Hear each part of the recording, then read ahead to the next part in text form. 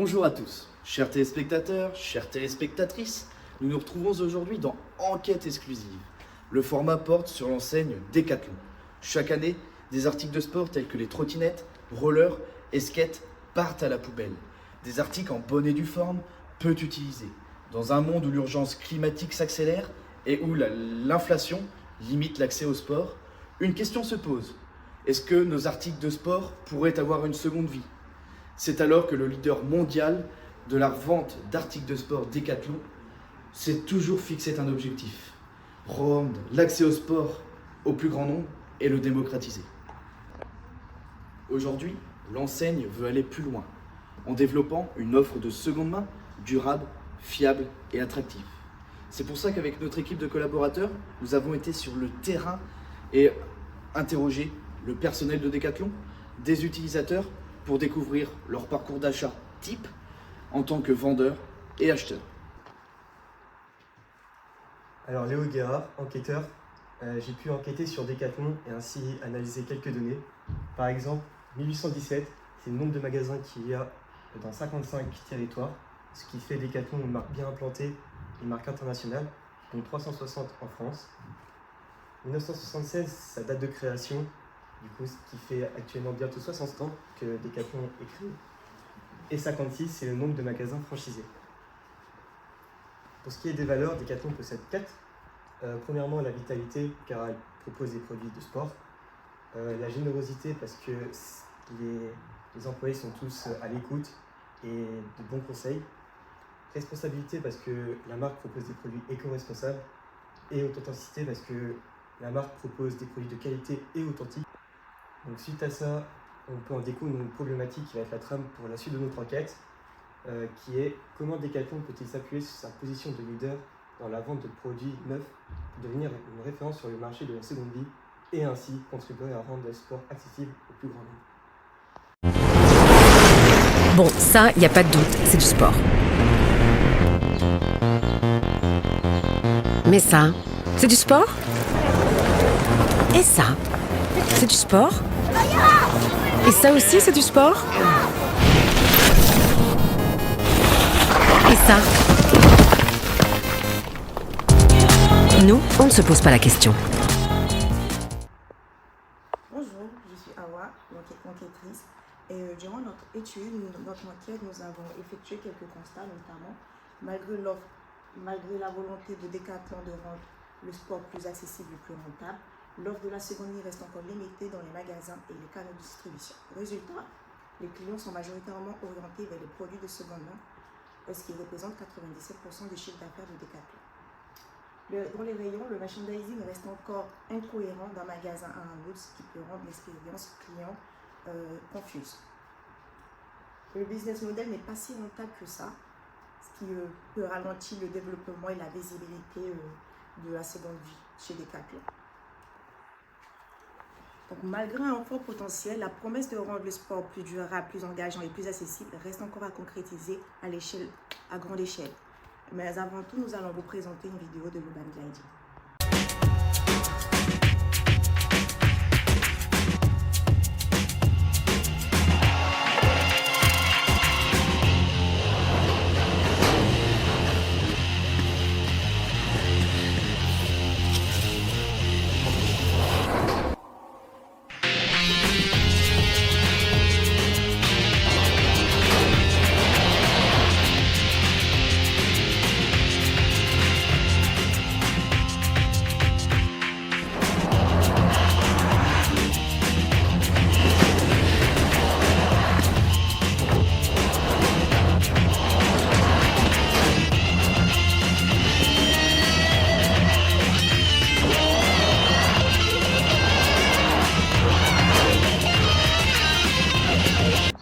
Maintenant que nous avons observé une vidéo de l'Urban Gliding, et maintenant que vous savez ce que c'est, avec mon équipe de collaborateurs, nous avons travaillé sur la cible idéale pour Decathlon, ainsi que sa notoriété. Donc c'est ce que nous allons vous présenter sur une diapositive. Donc désormais, nous allons vous présenter la notoriété. En effet, la population est peu informée que Decathlon fait des articles de seconde main. Comme on peut le voir ici, les articles de seconde main sont mis dans un petit rack. Le merchandising n'est pas optimal. C'est exactement pareil ici, avec les vélos. On a juste une pancarte seconde vie, mais on n'est pas vraiment informé que Decathlon fait de la seconde main. Pourtant, la vente d'occasion est de plus en plus démocratisée, notamment avec les applications comme Vinted et Le Bon Coin, mais qui sont des applications en ligne. Donc aujourd'hui, la vente d'occasion en présence physique en boutique n'est pas forcément démocratisée et peu connue des consommateurs. Donc il faudrait faire rentrer dans les mœurs des consommateurs que ce moyen de consommation de seconde main, de seconde vie, peut être fait chez Decathlon. Et donc aujourd'hui, la notoriété de Decathlon, c'est une notoriété assistée, pas une notoriété spontanée ni de leader. On ne sait pas forcément que Decathlon dispose de ces produits.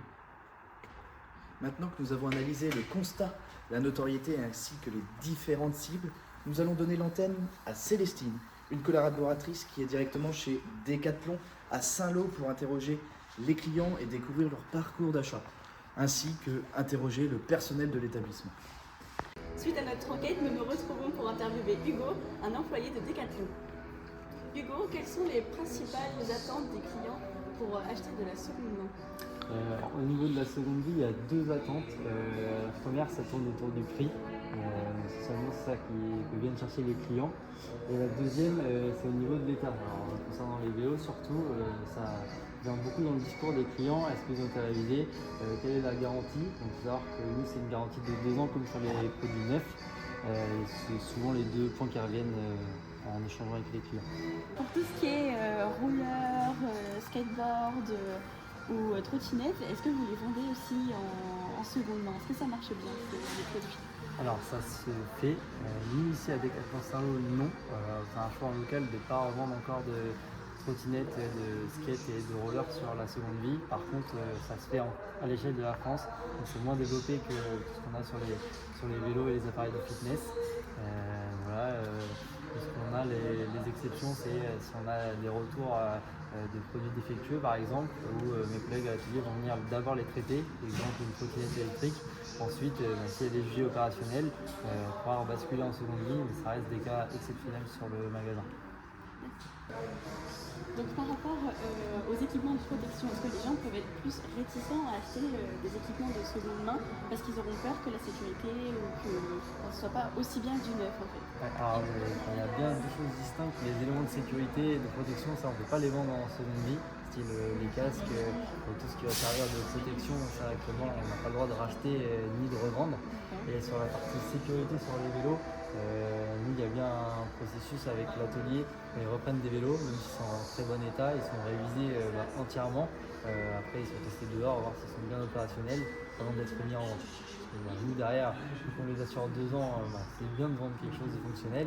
Et surtout pour la sécurité de nos clients, c'est toujours mieux d'avoir quelque chose qui soit stable et pareil, opérationnel également. Tout à fait. Et quels sont du coup les articles que vous vendez plus en seconde main? En seconde main, on a 2 catégories de produits, donc les vélos, essentiellement les VTT, et donc ça concerne moins cette partie cycle, mais c'est les appareils de fitness. On a beaucoup de vélos d'appartement et de tapis de course. D'accord, ok. Bonjour madame, est-ce que vous saviez qu'il y avait un rayon de seconde main à Decathlon? Non. Non du tout. Comment vous l'avez appris du coup? Là tout de suite on le voyait. Non, c'est vrai que Decathlon ne parle pas vraiment, c'est pas vraiment connu, mais c'est quand même une certaine gamme de leur magasin. Et donc voilà. Et du coup, seriez-vous prête à acheter du seconde main? Oui, j'en achète régulièrement. Même sur des produits de sport, des vêtements de sport, Oui, ça ça arrive. là-bas. Et pour tout ce qui est vêtements, peut-être plus de protection, comme des casques ou. Non, je n'en achète pas. Non.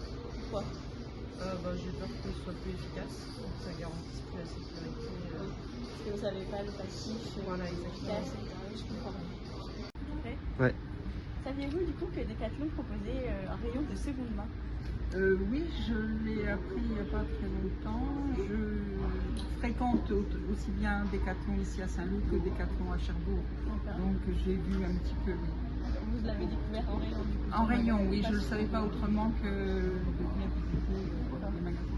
Et pour vous, du coup, vous seriez prêt à acheter des produits de seconde main? Ça Bon, vous tout à intéresse? fait, dans la mesure où c'est convenable, oui, voilà. Le fait de pouvoir regarder aussi, c'est l'avantage par rapport à Vinted ou des choses comme ça.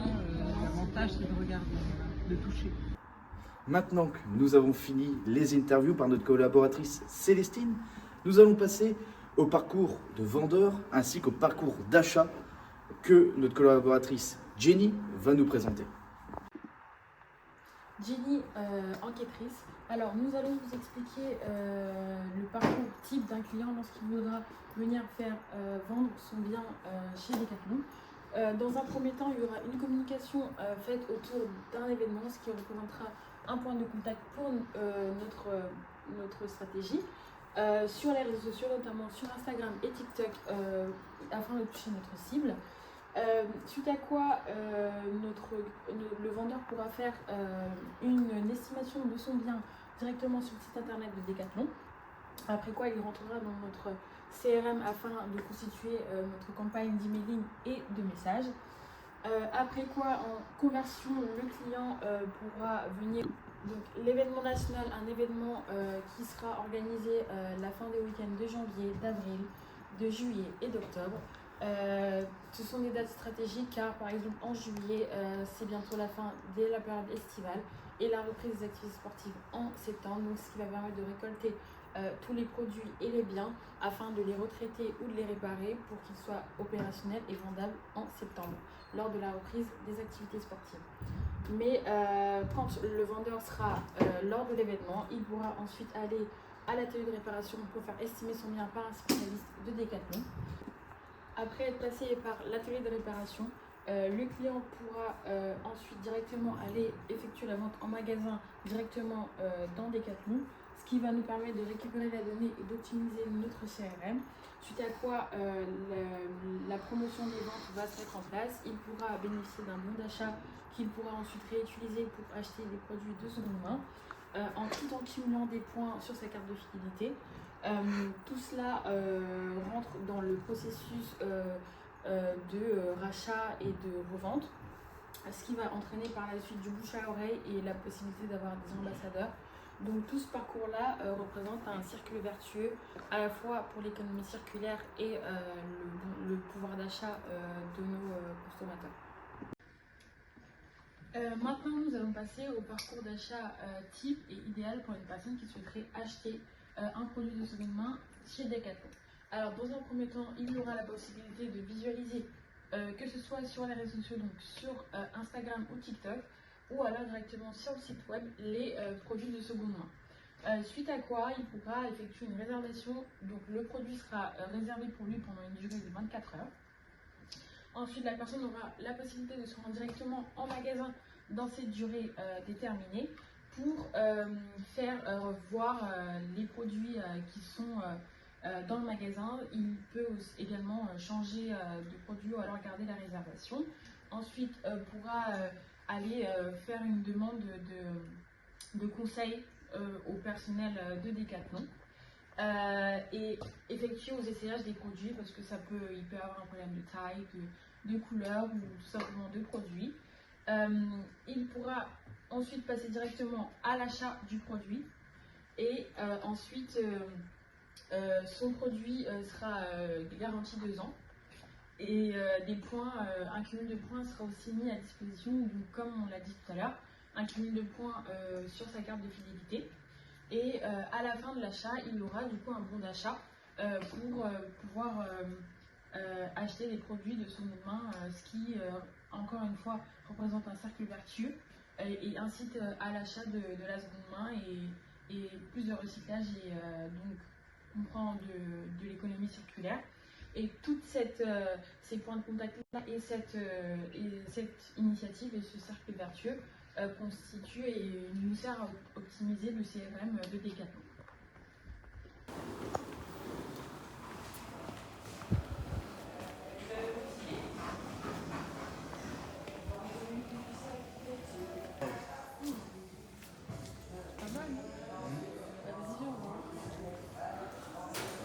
Oh, la trottinette. Tiens, regarde là. un peu plus naturel. C'est là, on est parti dans une seconde vie sur les vélos enfants. Ici, plus street et là, vélo adulte. Et nous, sur l'enfant, depuis quelques années, ça marche vraiment bien. Parce que les enfants, ça grandit par rapport aux adultes. Et du coup, c'est des vélos qu'on achète à des clients.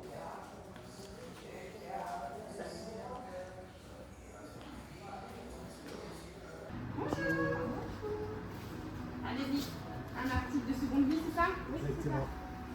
Voilà. Vous avez un compte Décathlon? Oui. Bien. Merci. Vous réglez comment? En carte. Allez-y. Voilà. J'ai vu que vous avez passé la carte fidélité. Vous avez 2 ans de garantie, même sur un article d'occasion. Merci. D'accord, merci beaucoup. Voilà, bonne utilisation. Merci. Pour convaincre les parents, Decathlon devrait mettre en place mettre en avant le prix comme levier d'accessibilité. En effet, rendre les prix plus accessibles qu'il y a déjà sur le marché. Rassurer les parents sur la qualité et la sécurité du produit. En mettant en avant nos ateliers de réparation, proposer une expérience fluide et simple et ainsi valoriser l'achat responsable. Pour ce qui est du budget, nous pensons que la communication représente 30% de notre budget, puisqu'en effet la communication est l'un des axes phares de notre projet. Le site web, c'est dans la continuité, représentera 15%. Le merchandising, c'est important d'avoir un beau rayon pour bien mettre en valeur, surtout sur les articles de seconde main. Donc on prévoit un budget de 10% pour cela. Les bons d'achat, on a un budget à 20%. Et enfin, l'événement totalise 25% de notre budget. Pour ce qui est de nos différents KPI, on a décidé d'en choisir en fonction de notre parcours client et pour ainsi avoir un suivi afin de s'améliorer par la suite. Donc tout d'abord, on a l'évolution du chiffre d'affaires dans la seconde vie, dans la seconde main des produits. On a aussi le nombre de personnes venant à l'événement. Ce qui est assez important, c'est surtout de savoir combien de personnes peuvent venir. On a aussi le nombre de produits passant à l'atelier de réparation, ce qui peut être intéressant aussi pour savoir si des gens sont intéressés par la reprise de nouveaux produits. Le nombre de produits repris durant l'événement, le nombre d'interactions sur les réseaux sociaux pour savoir si notre notoriété a été suffisante ou non. Le taux d'évolution du nombre d'achats des produits de seconde vie, ce qui est assez important dans justement cet événement. Et enfin, le taux d'ouverture des mails qu'on reverra au fur et à mesure aux clients qui ont des bons d'achat par exemple, afin qu'ils puissent revenir. Et du coup, ce qui est intéressant, c'est de voir si les clients ouvrent nos mails ou pas. Pour ce qui est de nos différents KPI, on a décidé d'en choisir en fonction de notre parcours client et pour ainsi avoir un suivi afin de s'améliorer par la suite. Donc tout d'abord, on a l'évolution du chiffre d'affaires dans la seconde vie, dans la seconde main des produits. On a aussi le nombre de personnes venant à l'événement. Ce qui est assez important, c'est surtout de savoir combien de personnes peuvent venir. On a aussi le nombre de produits passant à l'atelier de réparation, ce qui peut être intéressant aussi pour savoir si des gens sont intéressés par la reprise de nouveaux produits. Le nombre de produits repris durant l'événement, le nombre d'interactions sur les réseaux sociaux pour savoir si notre notoriété a été suffisante ou non, le taux d'évolution du nombre d'achats des produits de seconde vie, ce qui est assez important dans justement cet événement, et enfin le taux d'ouverture des mails qu'on reverra au fur et à mesure aux clients qui ont des bons d'achat par exemple, afin qu'ils puissent revenir. Et du coup, ce qui est intéressant, c'est de voir si les clients ouvrent nos mails ou pas.